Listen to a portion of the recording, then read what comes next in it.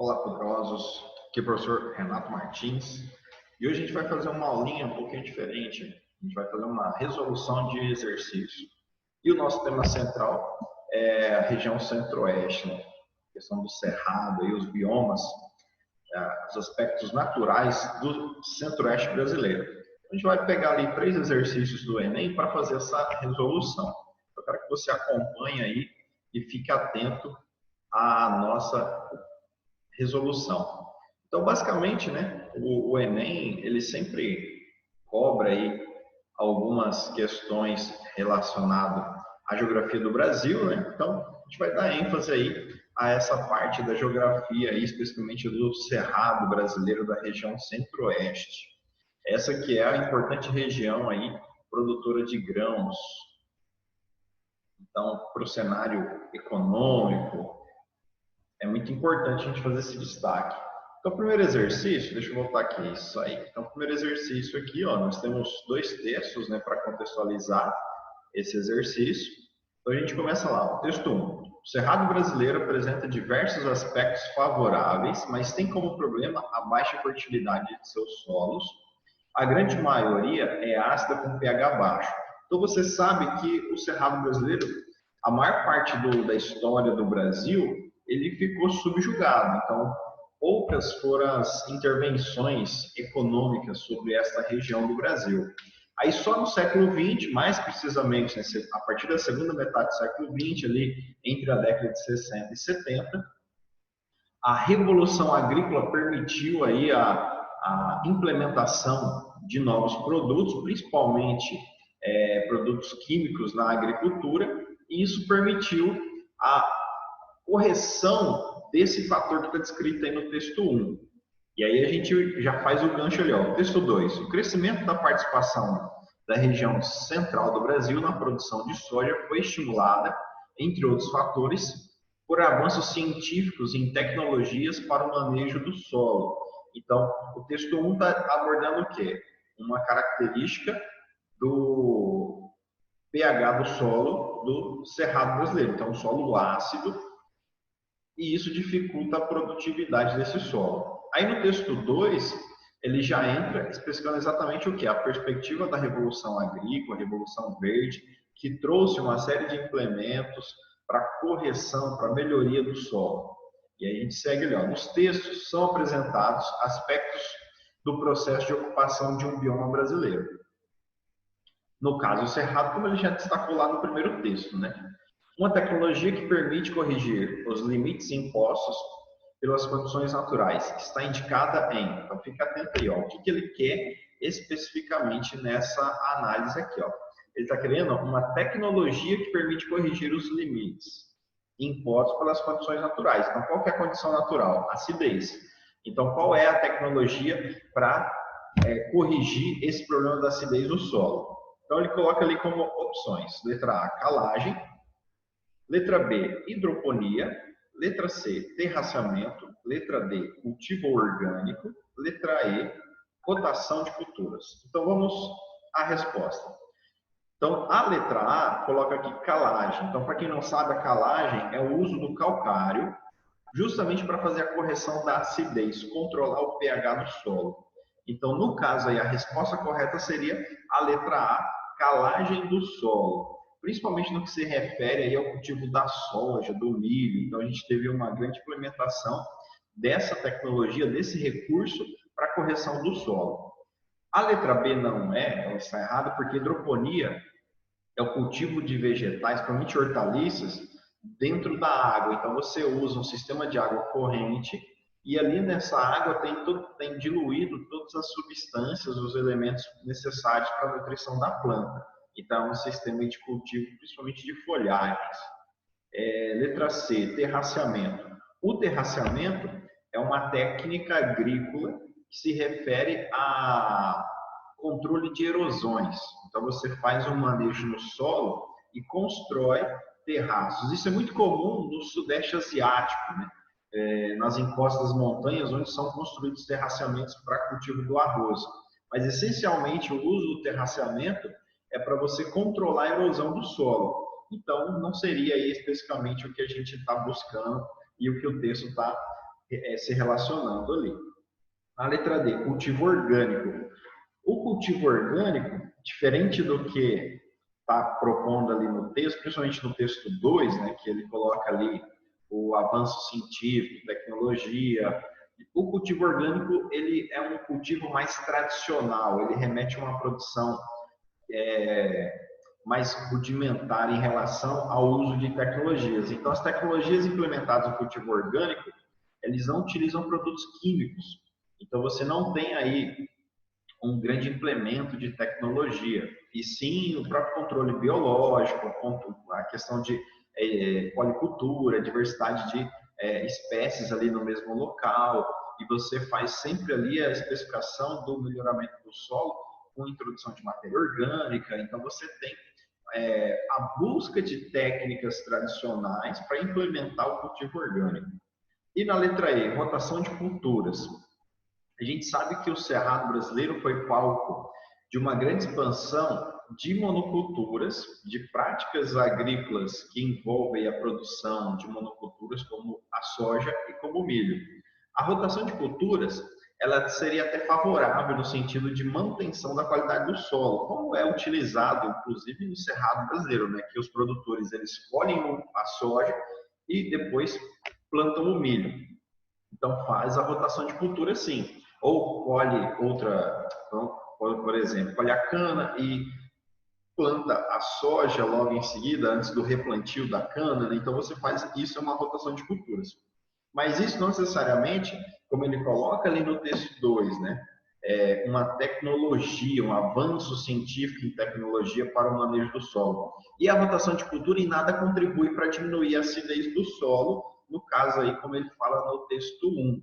Então, a gente fazendo a ligação do texto 1 com o texto 2, especificando o que ele está pedindo aqui, uma tecnologia que permite corrigir os limites do solo, a rotação de culturas não seria uma tecnologia, seria só um tipo de manejo, que é muito antigo também. Então, se tratando de tecnologia, a alternativa não pode ser outra, a não ser a letra A, calagem do solo. Eu espero que você tenha entendido aí a explicação e esse contexto. No número 2, que é a segunda questão, o bioma cerrado foi considerado recentemente um dos 25 hotspots de biodiversidade do mundo. Então, rapidamente, um hotspot, ele define uma área de grande biodiversidade que corre o risco de desaparecer. Além dessa biodiversidade, existe a perspectiva de várias espécies endêmicas, ou seja, aquelas espécies que só existem naquele bioma. Então, essa característica do cerrado é um bioma com muita biodiversidade, muitas espécies endêmicas e corre o risco de desaparecer aí nas próximas décadas. Coloca ele nessa classificação de hotspot. No Brasil, a gente tem 2 hotspots, o Cerrado e a Mata Atlântica. Então, são os 2 biomas aí com maior nível de degradação, né?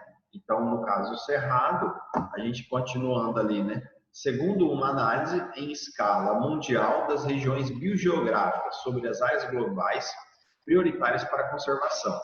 O conceito de hotspots foi criado tendo em vista a escassez de recursos direcionados para a conservação, com o objetivo de apresentar os chamados pontos quentes. Então, os pontos quentes são as áreas mais vulneráveis, né, como a gente falou antes. Ou seja, locais para os quais existe maior necessidade de direcionamento de esforços, buscando evitar a extinção de muitas espécies que estão altamente ameaçadas por ações antrópicas. O que é interessante? O que é uma ação antrópica? Ação antrópica é uma ação do homem. Então, quando a gente for buscar ali nas respostas, a gente tem que buscar essencialmente ações antrópicas, né? A necessidade desse tipo de ação na área mencionada tem como causa, então veja bem, prestou bem atenção ali, né? Qual é a causa? O que gerou esse problema? Né? Então, a necessidade desse tipo de ação. Qual ação? Classificar o Cerrado como um hotspot. Então, a necessidade da classificação de hotspot da área mencionada, no caso, o Cerrado, tem como causa. Então, o que causou a classificação do Cerrado como um hotspot? Então, veja bem que a questão aí não é só classificar o Cerrado como um hotspot, é o que levou ele a ser classificado dessa forma, né? Então, a letra A intensificação da atividade turística. A gente entende que a atividade turística não é uma atividade de degradação do ambiente. Então, a atividade turística, principalmente o ecoturismo, turismo de contemplação, ele tem aquela perspectiva também de manter a área, porque se você destrói a área, você perde definitivamente aquela perspectiva ali de atração turística. Então, a intensificação da atividade turística dificilmente vai gerar um impacto tão danoso como ele está colocando ali em relação ao cerrado. Aí na letra B, implantação de parques ecológicos.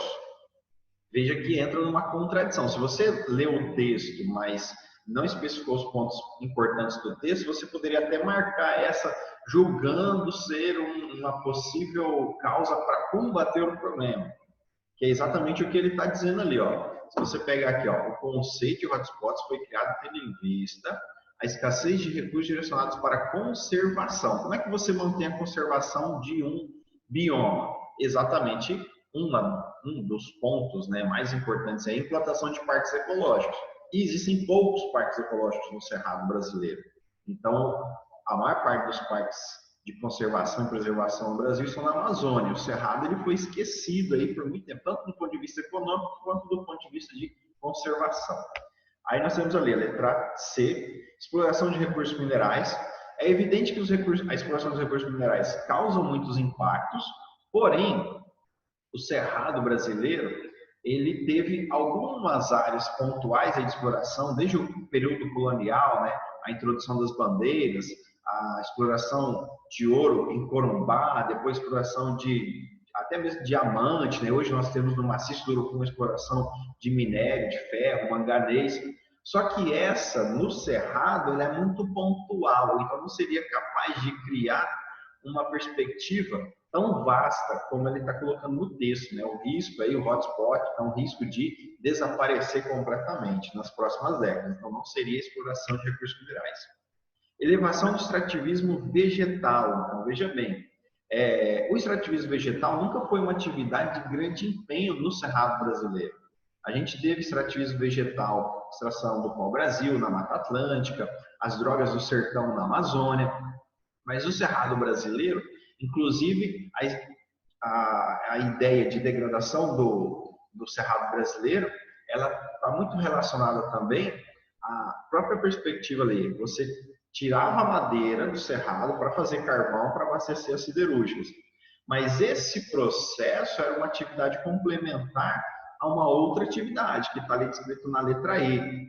Então, a elevação do extrativismo vegetal ela não poderia se encaixar, porque o foco principal era só não perder aquela madeira.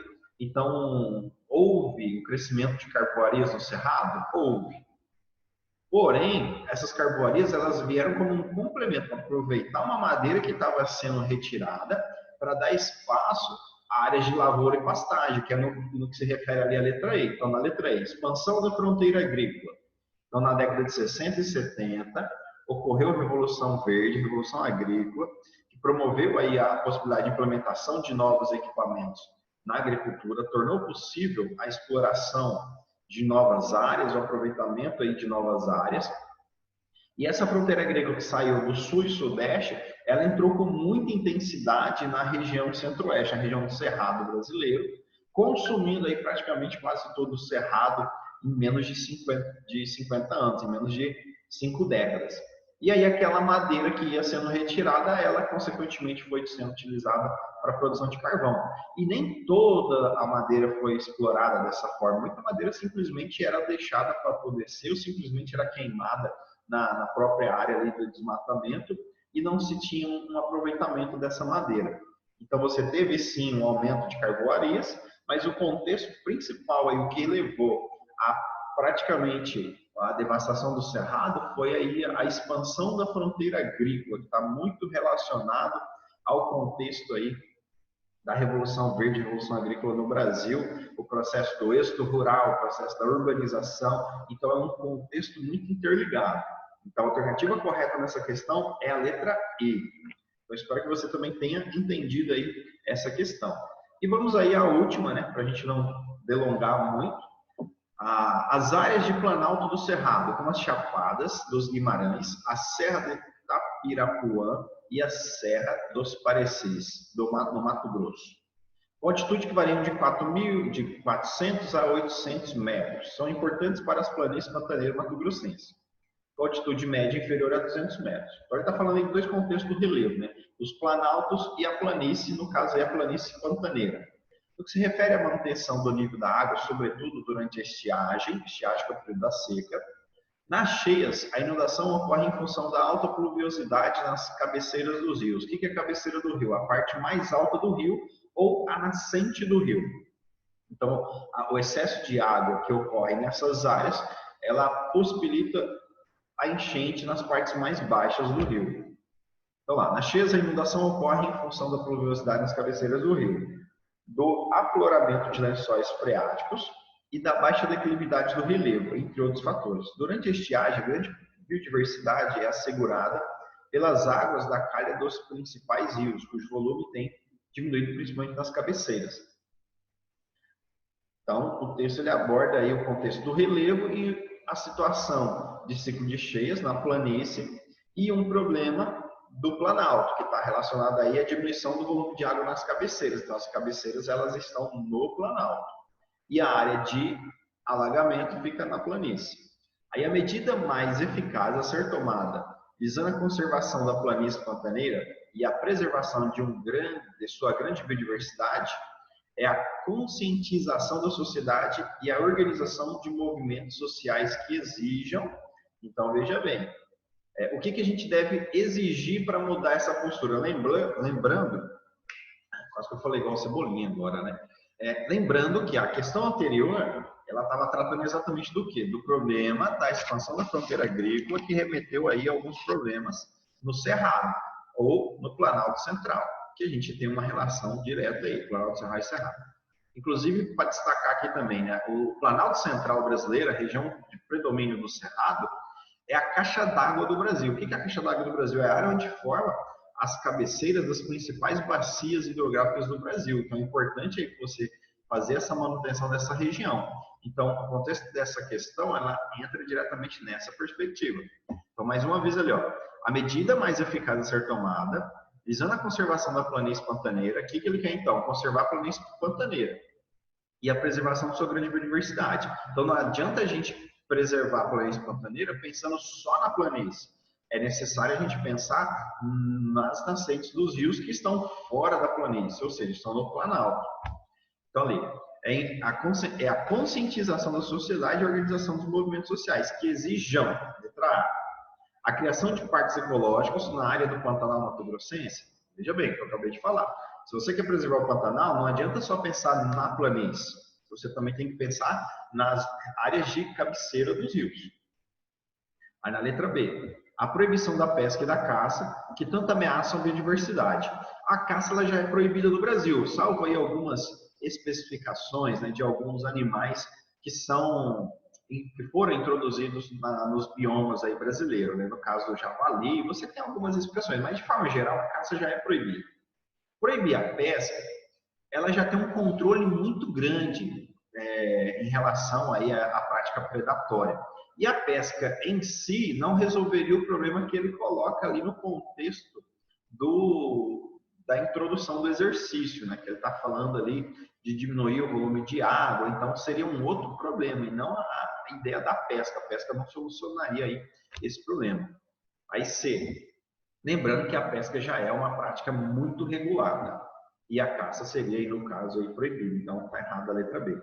Na C, o aumento das pastagens na área da planície, para que a cobertura vegetal composta de gramínea evite a erosão do solo.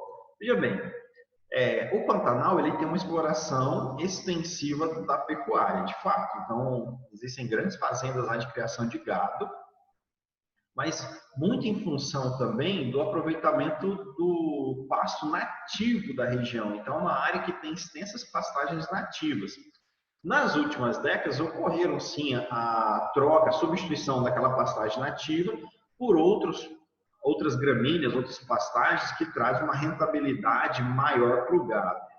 Mas, de forma geral, aumentar as pastagens, as planícies, isso não seria eficiente, porque já existem as pastagens nas planícies para cobertura vegetal, composta por gramíneas. Então, as pastagens são gramíneas.